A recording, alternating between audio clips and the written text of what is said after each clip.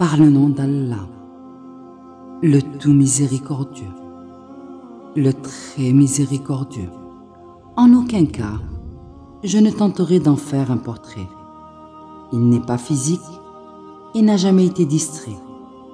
Quand il veut une chose, il dit soit et elle apparaît, ne ressent jamais la fatigue et n'éprouve pas de regret.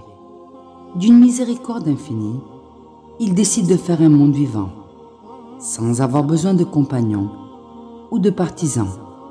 C'est par sa volonté qu'apparaît d'abord le néant, l'absence absolue dans un espace-temps. Puis il décida, à un moment donné, d'effectuer un changement. Il ne le fait pas par besoin, ni par distraction. Il est créateur, et cette capacité se manifeste simplement. De sa lumière, il éclaira les ténèbres envahissants. Il fit naître des êtres immenses et reconnaissants, sous différentes formes et avec des attributs différents, accomplissant leurs tâches respectives tout en le glorifiant. De cette absence absolue, il extrait le vivant, réunissant en un point tous les éléments.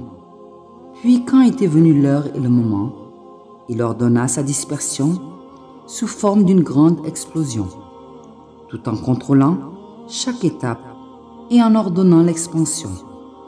Il assigna à chaque être son rôle.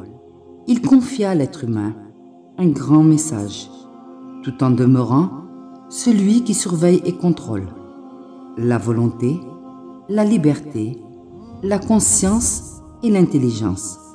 Il a mis entre nos mains les clés de l'arbitrage, là où les autres créatures ne font que suivre un instinct inné.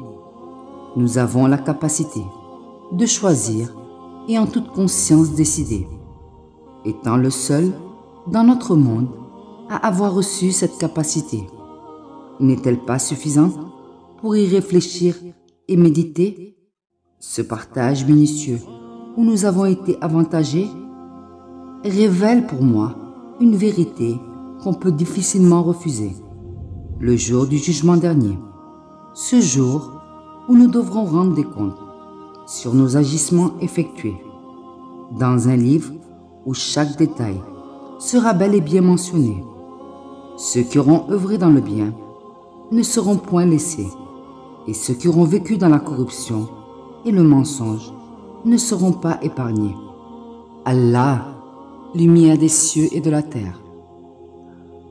Par le temps, l'homme est certes en perdition, sauf ceux qui croient et accomplissent ses bonnes œuvres, s'enjoignent mutuellement la vérité et s'enjoignent mutuellement l'endurance.